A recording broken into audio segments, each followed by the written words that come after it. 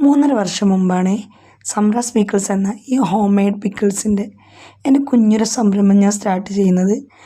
അന്ന് മുതൽ എനിക്ക് ഏറ്റവും കൂടുതൽ എൻക്വയറിയും ഓർഡറും വരുന്ന പൈനാപ്പിൾ ഉണക്കമുന്തിരി അച്ചാറാണ് ഇന്ന് ചെയ്യുന്നത്.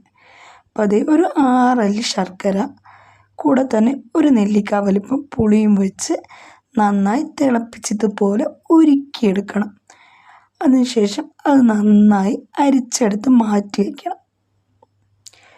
ചൂടായ ഉരുളിയിലേക്ക് നമ്മുടെ നല്ലെണ്ണ ഒഴിച്ചു കൊടുക്കാം.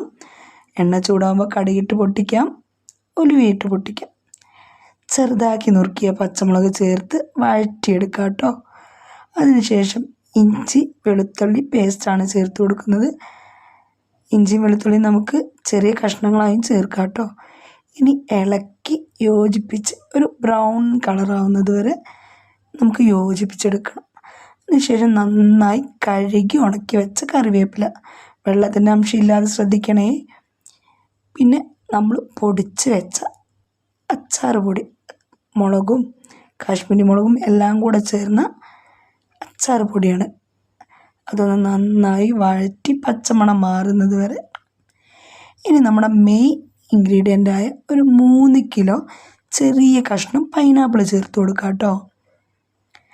ആ പൈനാപ്പിൾ നന്നായി ഇളക്കി വെള്ളത്തിൻ്റെ അംശമെല്ലാം പോയതിന് ശേഷം നമ്മൾ ആദ്യം ഉണ്ടാക്കി വെച്ച ശർക്കരയും പുളിയും കൂടെ ചേർത്ത് വെള്ളം ഒഴിച്ചു കൊടുക്കുക.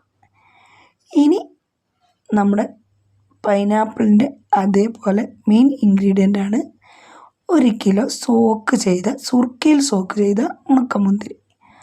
അതും ചേർത്ത് നന്നായി ഇളക്കി കൊടുക്കാം. പിന്നെ ഈ ചേർക്കുന്നത് എന്താണെന്നറിയോ, നമ്മൾ മധുരത്തിന് വേണ്ടിയും ഒന്നും കൂടെ ടേസ്റ്റ് കിട്ടാനൊക്കെ ഈത്തപ്പഴം അരച്ച് ചേർക്കും. അങ്ങനെ അതും ചേർത്ത് നന്നായി ഇളക്കി യോജിപ്പിച്ചെടുക്കണം.